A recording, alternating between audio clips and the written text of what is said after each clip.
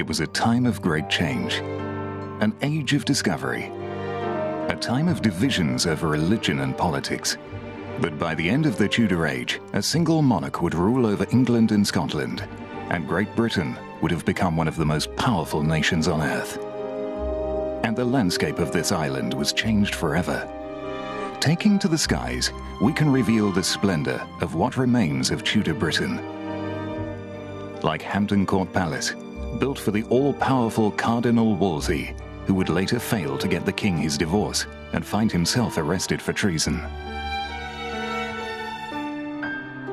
But perhaps the most tragic figure of the Tudor age was Mary, Queen of Scots, who became a political pawn between England and Scotland, and in the end, paid for it with her life.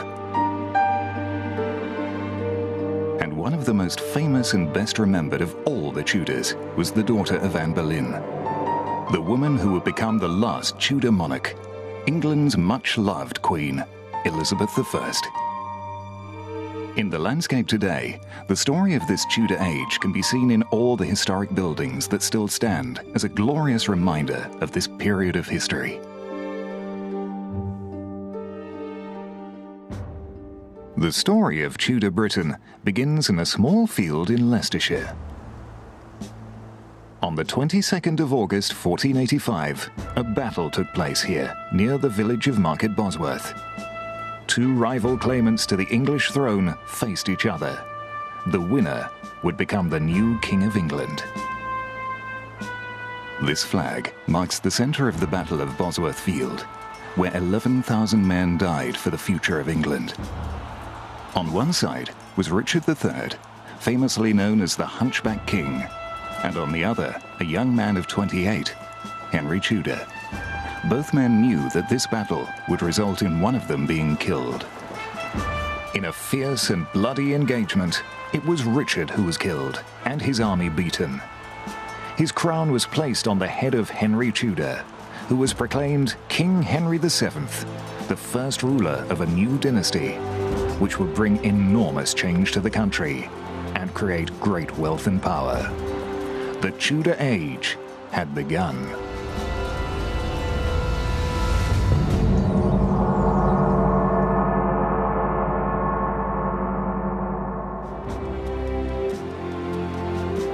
If Henry VII had been expecting his reign to be a peaceful one, he was mistaken.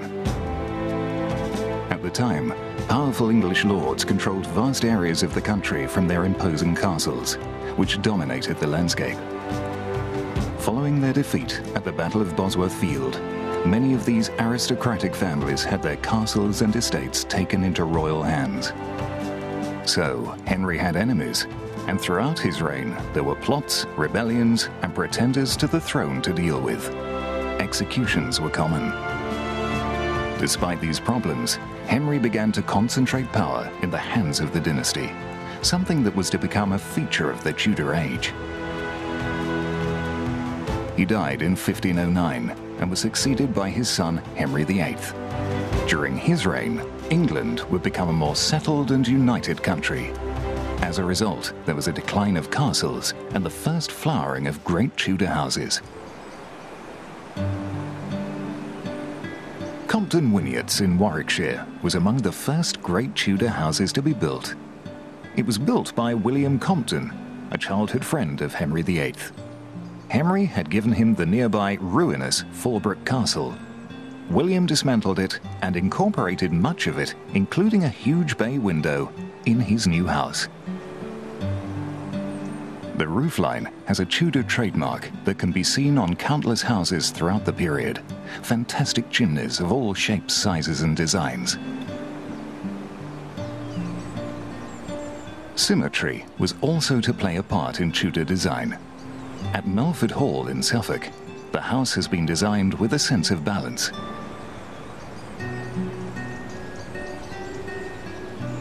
Each half of the house is a mirror image of the other.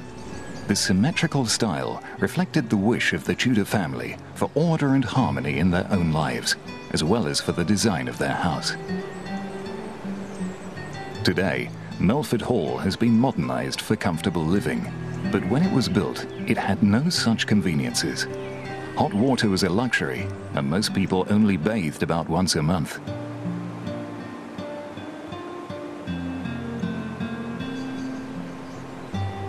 There is no fortification on the house, but there are small towers and turrets on the corners that seem a reminder of an earlier age of castles. This style of house became extremely popular, so much so that another can be found in the same village of Long Melford.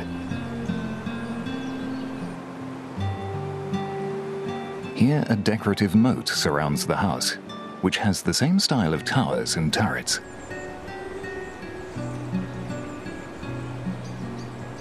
These manor houses were built for successful local merchants who prospered during the Tudor age. Their houses can still be found throughout the country. Houses were built of local materials. Salgrave Manor, near Oxford, was originally constructed from local limestone around 1550. A fine example of a small Tudor manor house, Salgrave has a rich history. This is the ancestral home of George Washington, the first president of the United States, whose family were prosperous sheep farmers.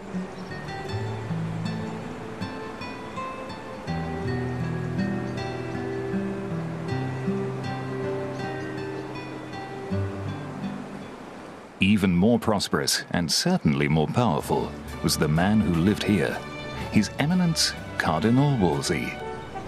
After Henry VIII, he was the most powerful man in the land and the king's closest advisor. As a result, he was able, through patronage and corruption, to become immensely rich and build one of the grandest houses ever seen in England, Hampton Court.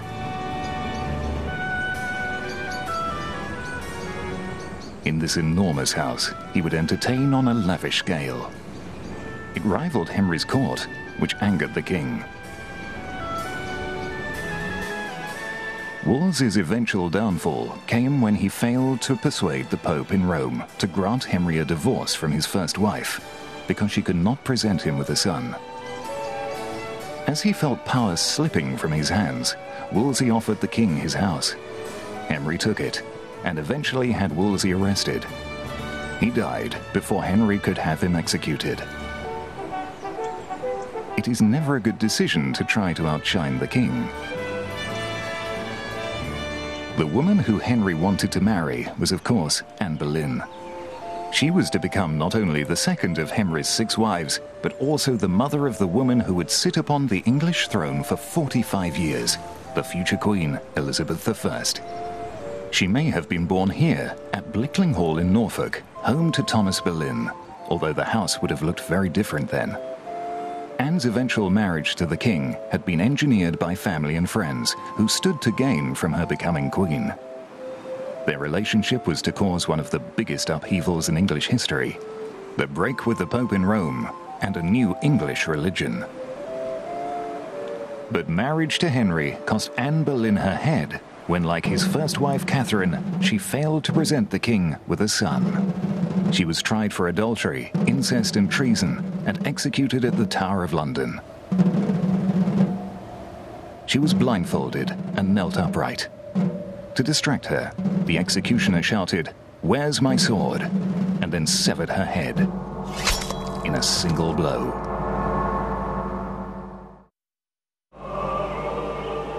In the picturesque Skel Valley in North Yorkshire are the ruins of Fountains Abbey, ruined not through neglect, but because King Henry VIII ordered its destruction.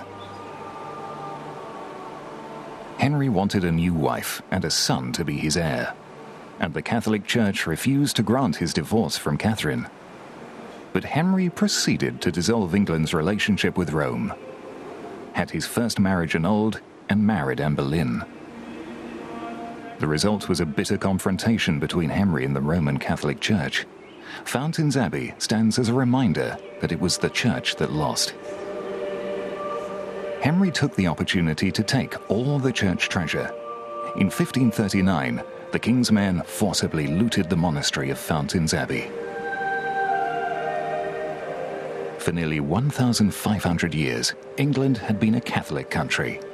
Henry destroyed that over his simple desire for a pretty young girl and an heir to succeed him. What followed was to become known as the dissolution of the monasteries, with the destruction of over 800 large religious buildings.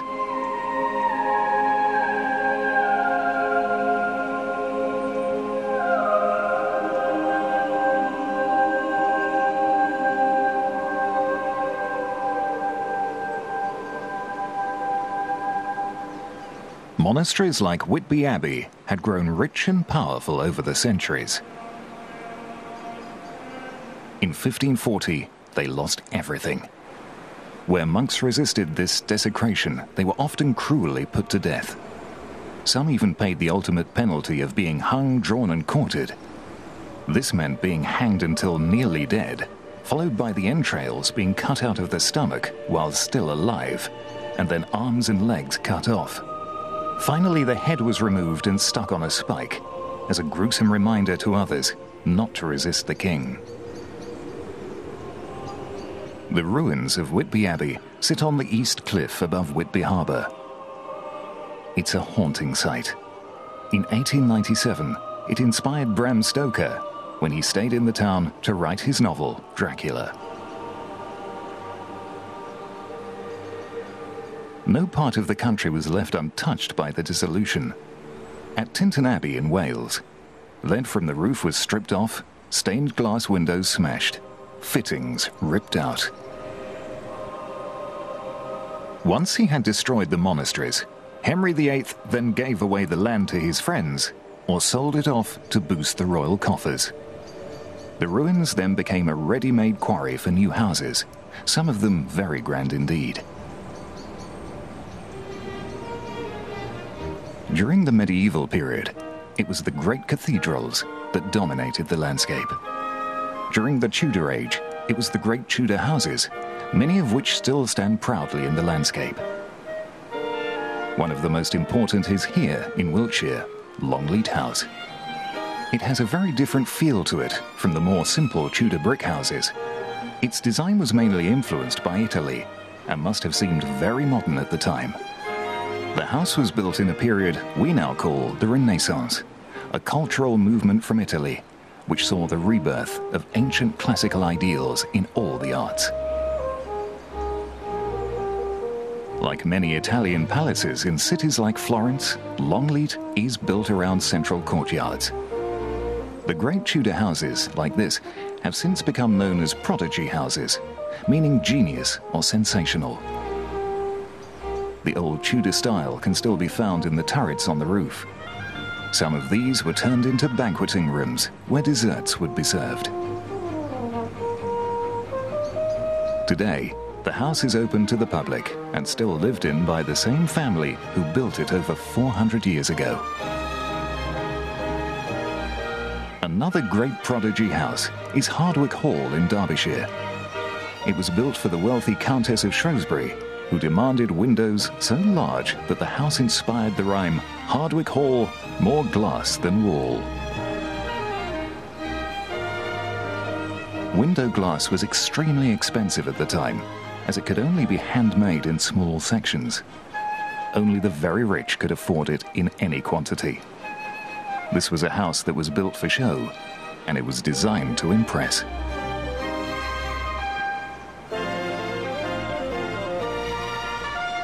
Equally impressive is the house at the end of this long avenue in Somerset, Montacute. It was built by Sir Edward Phillips, a prominent judge in the Tudor age. The shape has the unmistakable Tudor E. It is possible that this design was in honor of Henry's second daughter and future queen, Elizabeth.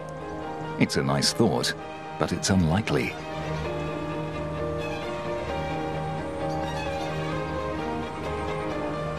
Another prodigy house, and one of the biggest, was built on the outskirts of Nottingham.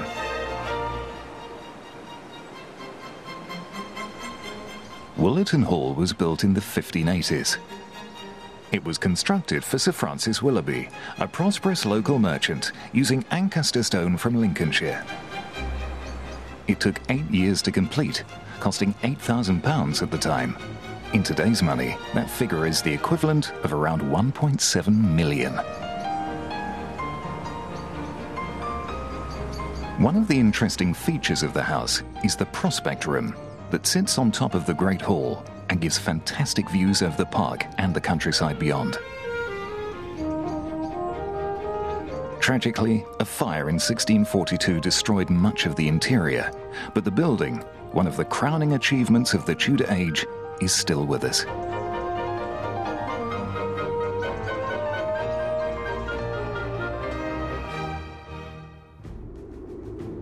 During the reign of Henry VIII, many of the old aristocratic families still lived in castles and held power over the land they controlled.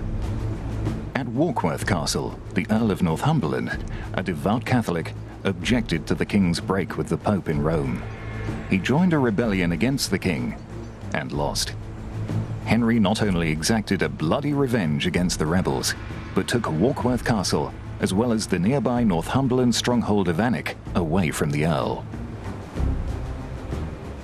But that was not the end of the story, because when Henry died and his eldest daughter Mary succeeded him, as a Catholic herself, she returned the castles to the Earl. When Mary died, and the throne went to her Protestant younger sister Elizabeth, the Earl lost his castles all over again. And this time, he also lost his head. It goes to show that religion and politics have always been a volatile mixture. The king's marriage to Anne Boleyn created waves across Catholic Europe. France and Spain, supported by the Pope, threatened to force England back into the bosom of the true faith. Fearing an invasion, Henry VIII began a building program to strengthen his coastal defences. On the island of Lindisfarne, off the Northumberland coast, the stones from the ruined abbey went to build a new style of castle half a mile away on a rocky crag. The castle, now converted into a house, is more of a small military fort.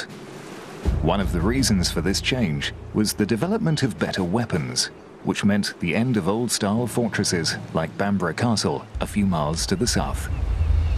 In 1464, during the Wars of the Roses, Bamborough became the first castle in the land to be defeated by artillery. The King's great iron guns, London and Newcastle, and a brass cannon nicknamed Dijon, are said to have breached the walls with some ease. A large castle was no longer a match for the latest military hardware.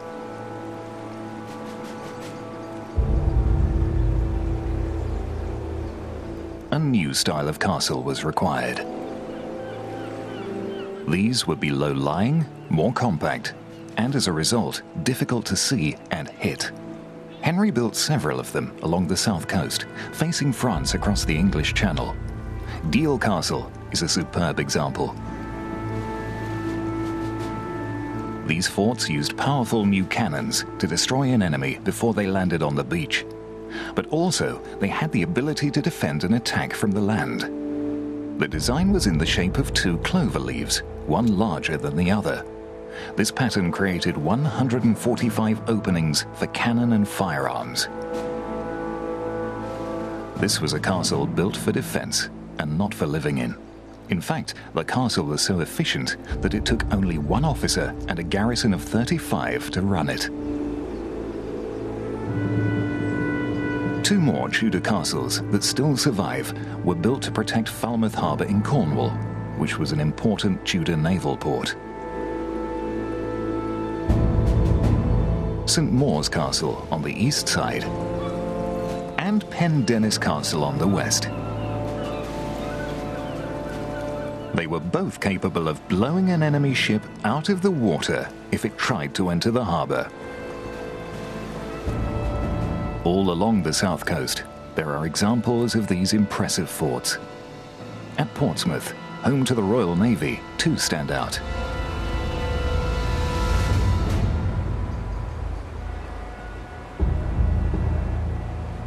Southsea Castle is situated on a headland outside the harbour entrance, as this was a perfect position to protect the harbour from invading ships.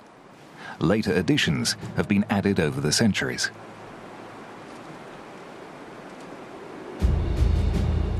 even better sited castle lies on the west side of the Solent, between the Isle of Wight and the south coast of England. It is opposite the Needles, a thin curtain wall of chalk that sticks out into the sea. The name came from a 120-foot needle-like column of chalk that stood in this gap until it collapsed in the 18th century. If the underwater rocks entering the Solent didn't sink a ship, then the cannon from Hurst Castle opposite certainly would.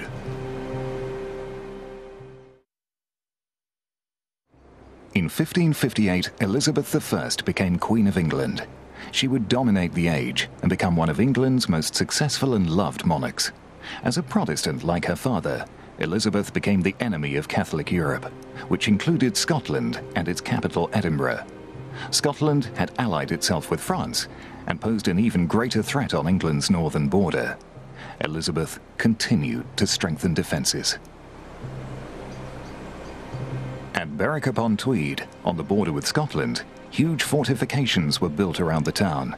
They were laid out in a completely new way, with ideas imported from the continent. The massive walls surrounding the town had 5 huge angular-shaped bastions, each containing a small fort. All the bastions had a covered room for cannon, as well as space for more on top. The shape of the bastion enabled guns to fire back along the wall to prevent an enemy climbing over. These fortifications show how determined Queen Elizabeth was to prevent a Scottish invasion.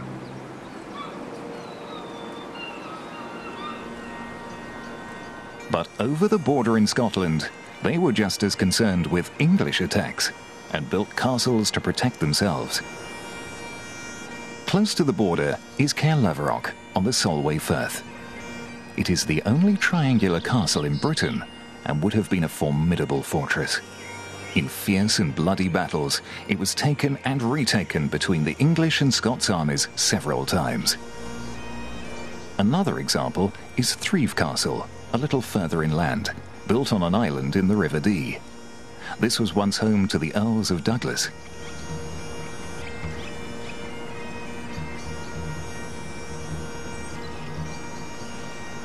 If a full-scale invasion from either side did not materialize during the Tudor period, it did not stop the more localized border wars.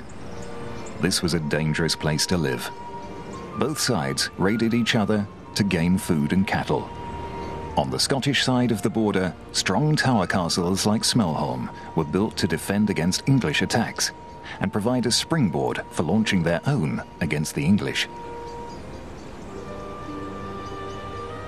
The border was a lawless place, where life was cheap and the rule of law did not exist, and certainly could not be enforced. Just over the border in England is Norham Castle on the River Tweed, which was also on the receiving end of attacks, as well as being the base for raids against the Scots to the north. The border wars were a local affair, but in Edinburgh, a major problem was brewing. Queen Elizabeth's cousin, Mary Queen of Scots, was a Catholic and seen by English Catholics to be the rightful Queen of England before Protestant Elizabeth.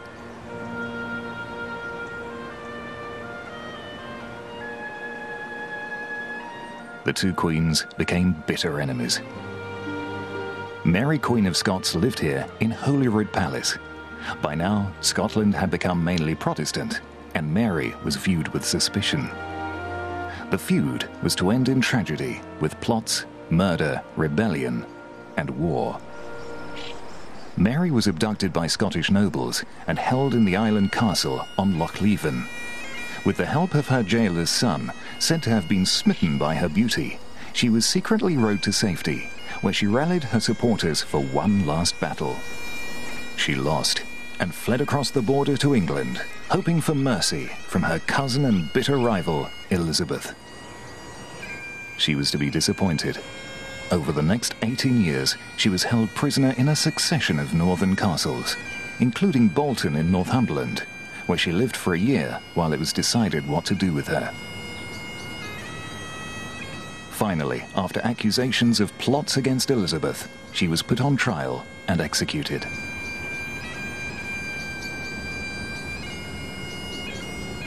It's said that when Mary's executioner asked for forgiveness, she replied, "I forgive you with all my heart. For now, I hope you shall make an end to all my troubles."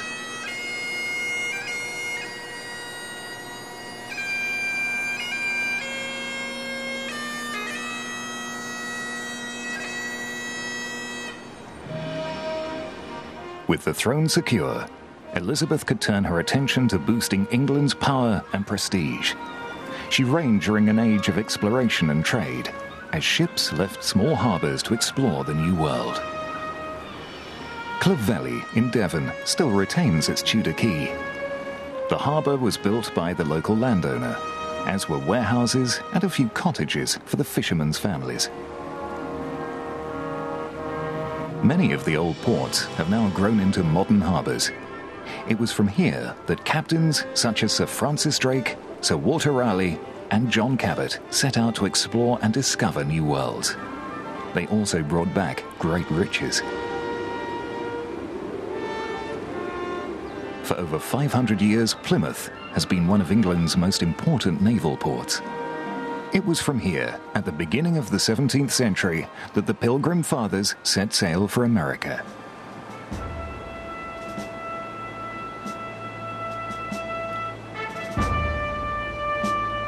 With the possibility of an invasion, the Navy grew in importance.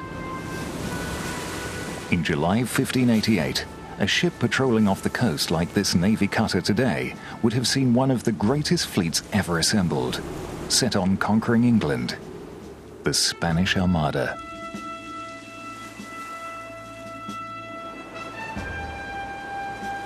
The fleet sailed from here at Cadiz in northern Spain in May 1588. The Catholic King of Spain, Philip, had been married to Henry VIII's first daughter Mary when she was briefly queen. She had hoped to make England Catholic once again, but died childless and was succeeded by her younger sister Elizabeth, who was a staunch Protestant.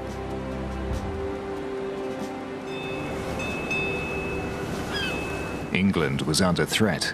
Philip of Spain saw the new queen as a heretic, and with the Pope's blessing, the Great Armada set sail from Spain for England. Sir Francis Drake, second in command, was said to be playing a game of bowls here on Plymouth Hoe when he was told that the invasion fleet of the Spanish Armada had been sighted out at sea. Legend tells us that he insisted on finishing the game before setting out to fight the Spanish ships. His ship would have looked something like this replica of the Golden Hind.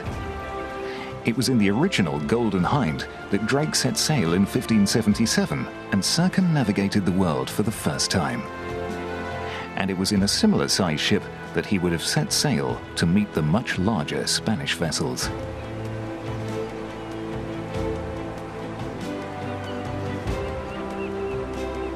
The Armada was sighted in July 1588 off St. Michael's Mount in Cornwall.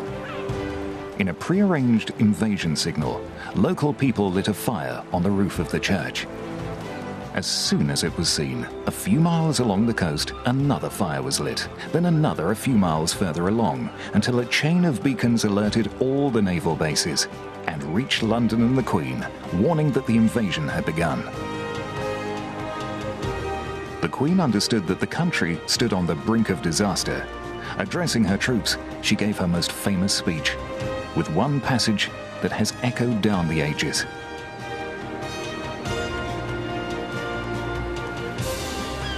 I know I have the body but of a weak and feeble woman, but I have the heart and stomach of a king, and of a king of England too, and think foul scorn that Parma or Spain or any prince of Europe should dare to invade the borders of my realm.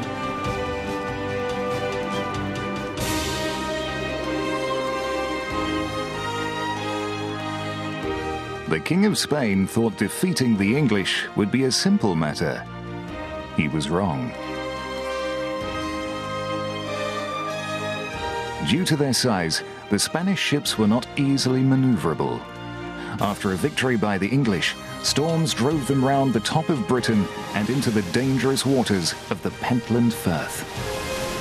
Looming cliffs and rocks waited for them.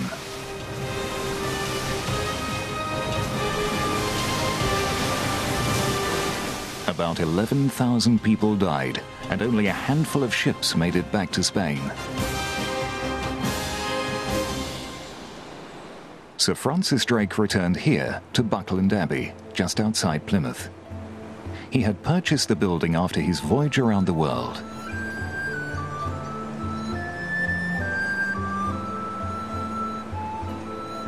But he was away from Buckland in 1596 when he died of dysentery off the coast of Panama, having survived a Spanish cannonball through his cabin the year before. The great man of the Tudor age was an adventurer till the end. Another figure of the age was to become one of the best-known men in the world. He is said to have come here to Charlcote Park, close to Stratford-upon-Avon. Not to visit the new Tudor house, but to the park where, it has been suggested, he was caught poaching deer.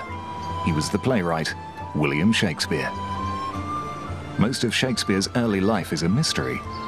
We do know that he was born in this house in 1564, and that in his early 20s he moved to London and began his playwriting career.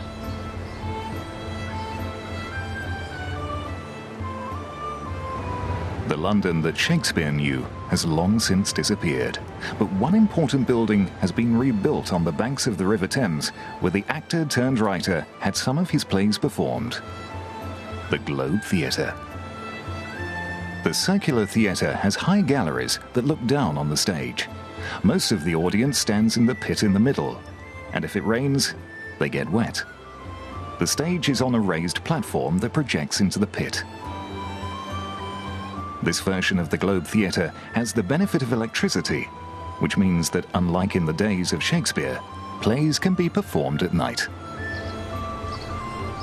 In all, Shakespeare is known to have written 36 plays, tragedies like Hamlet, comedies like Midsummer Night's Dream, histories like Richard III, and romances like The Tempest.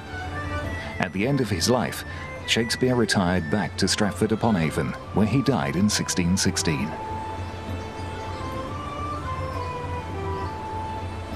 Today, only a flower garden and a small park remain of his last house.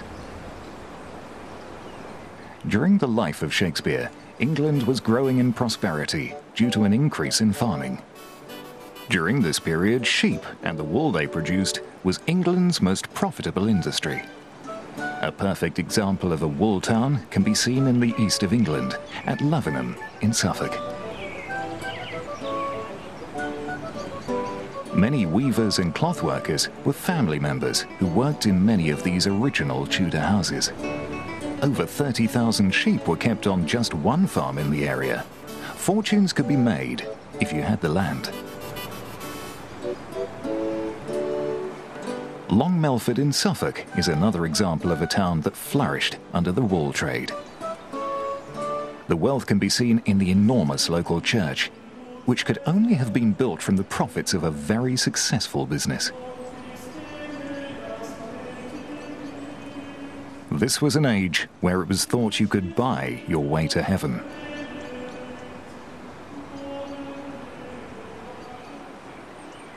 Another way of spending your money, if you had it, and wanted to enhance your social status, was to engineer a visit by Queen Elizabeth on one of her progresses around the country. This would put you on the map. The Queen built no palaces for herself, letting her courtiers build houses to entertain her in. In 1570, Kirby Hall was as up-to-date and modern as could be, and largely built to entice the Queen to come and stay. Lots of expensive glass and fine gardens to walk around. But the house cost a fortune to maintain, and eventually the family lost their wealth in gambling, and the house was left empty. It has since become an historic site, and the formal garden has been restored.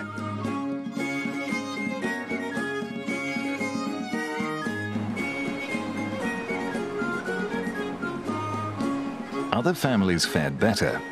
At Ingatestone in Essex, Sir William Petre entertained the Queen in 1561. 450 years later, his descendants still live in the house. The Queen never built a palace of her own and preferred to let others entertain her at their expense.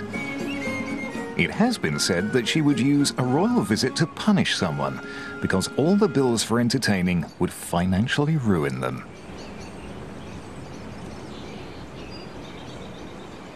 In her younger days, the Queen also loved hunting and would ride in the parks and forests of her courtiers, as well as the great royal forests.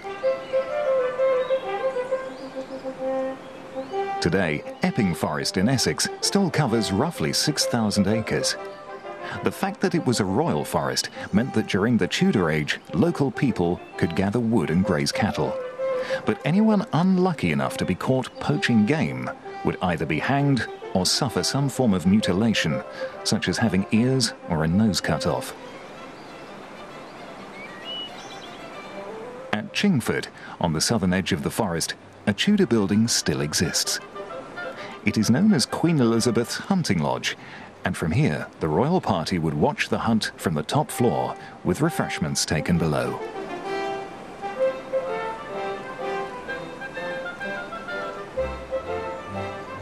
But these buildings housed royalty and the rich only. It is far more difficult to find examples of the dwellings of ordinary people. Original small domestic Tudor buildings have inevitably been modernised for comfortable living. However, at the Weald and Downland Museum in Sussex, some of these original buildings have been rescued and rebuilt to form part of a small village.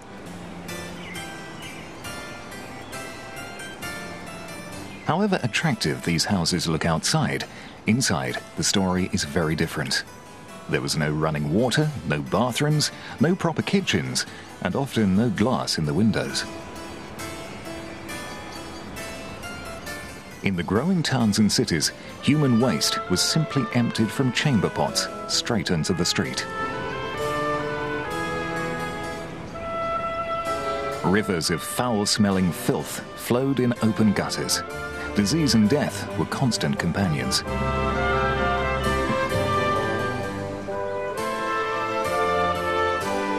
Away from the dirt of the towns, homes were being built that have become most associated with the Tudor age, the great wood-beamed houses.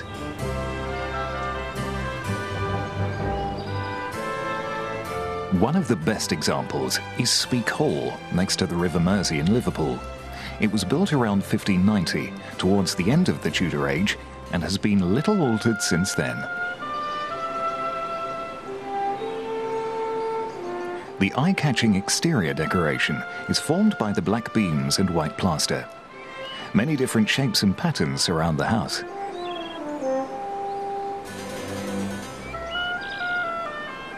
Today, the house stands right next to the main runway of Liverpool John Lennon Airport.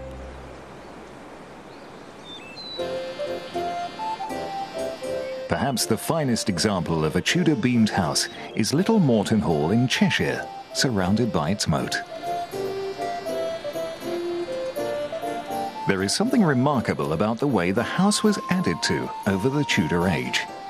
The huge long gallery that sits on the gatehouse seems on the verge of toppling over, as its shape has altered with the oak beams warping over the decades. But it has stood for well over 400 years.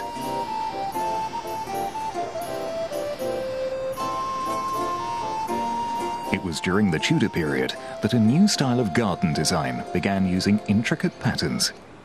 The Morton family, who lived here, created a small example in this latest fashion.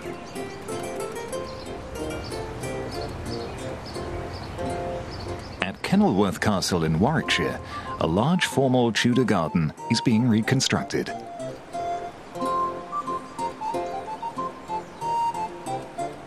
And a small example of the style has been recreated here at Doddington Hall in Lincolnshire. These gardens were often known as knot gardens because sometimes the low hedges seem to cross each other in a pattern of knots.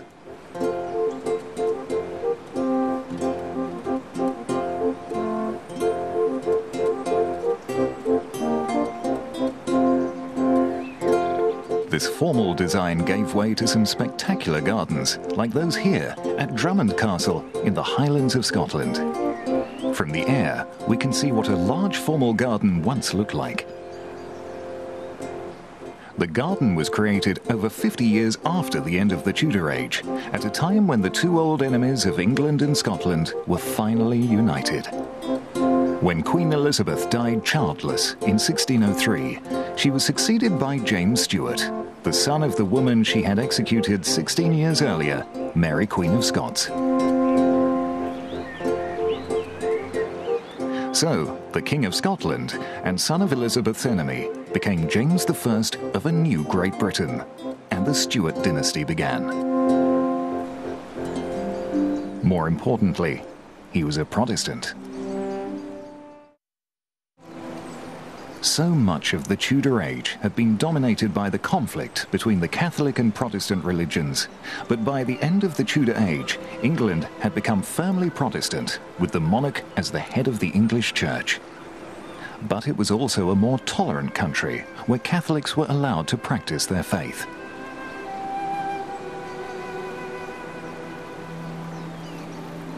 Two contrasting buildings, one small and one enormous, seem to sum up the Tudor Age. In the corner of this field is perhaps one of the most extraordinary buildings in the country, designed by Sir Thomas Tresham after his release from prison for being a Catholic in 1593. By the end of Elizabeth's reign, a certain freedom of worship was tolerated. In this folly, Tresham declared his Catholic faith. He designed it to show his belief in the Holy Trinity, the Father, Son, and Holy Ghost. The number 3 is represented everywhere.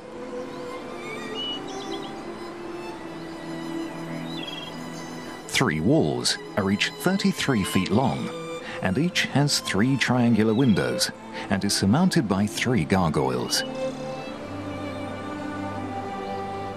The building has 3 floors, a triangular chimney, a Latin inscription around the edge with 33 letters. And that's just on the outside.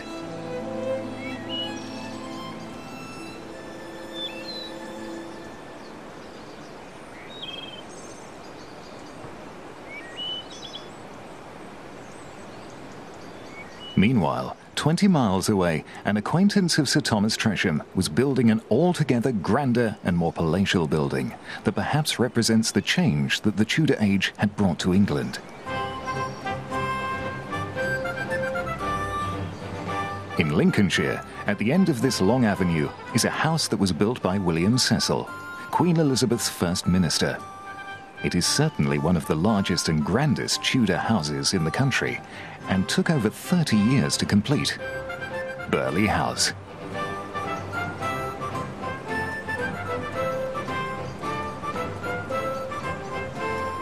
Burleigh is so large that it seems more like a vast royal palace than a private house. This was just as well because when Queen Elizabeth came to stay, she arrived with dozens of officials and attendants, all of whom had to sleep, eat, and be entertained in the house. A lot of room and a lot of money was needed whenever the Queen dropped by. On the roof, the same style of turrets seen on smaller Tudor brick houses can also be seen here at Burleigh, but on a much grander scale. These turrets had rooms in them, so that more intimate meals could be taken on the roof, with views over the park.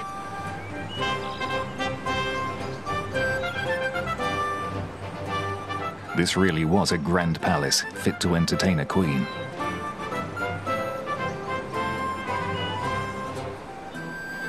During the medieval period, it had been the great cathedrals that were to dominate the landscape, built for the glory of God. The Tudor period, on the other hand, is best remembered for its great houses which were built for the glory of the people who lived in them, like William Cecil, who Queen Elizabeth made Lord Burleigh.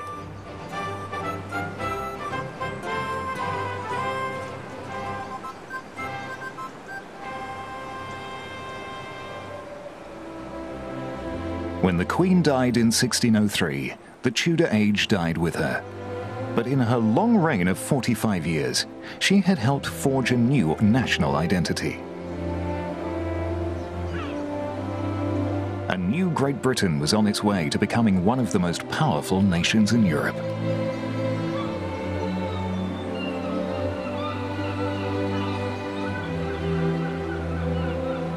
In her last speech before her death, Queen Elizabeth delivered from her throne what has become known as the Golden Speech, where she spoke as the living embodiment of the nation. Though God hath raised me high, yet this I count the glory of my crown, that I have reigned with your loves. Though you've had and may have many mightier and wiser princes sitting on this seat, yet you've never had nor shall have any that will love you better.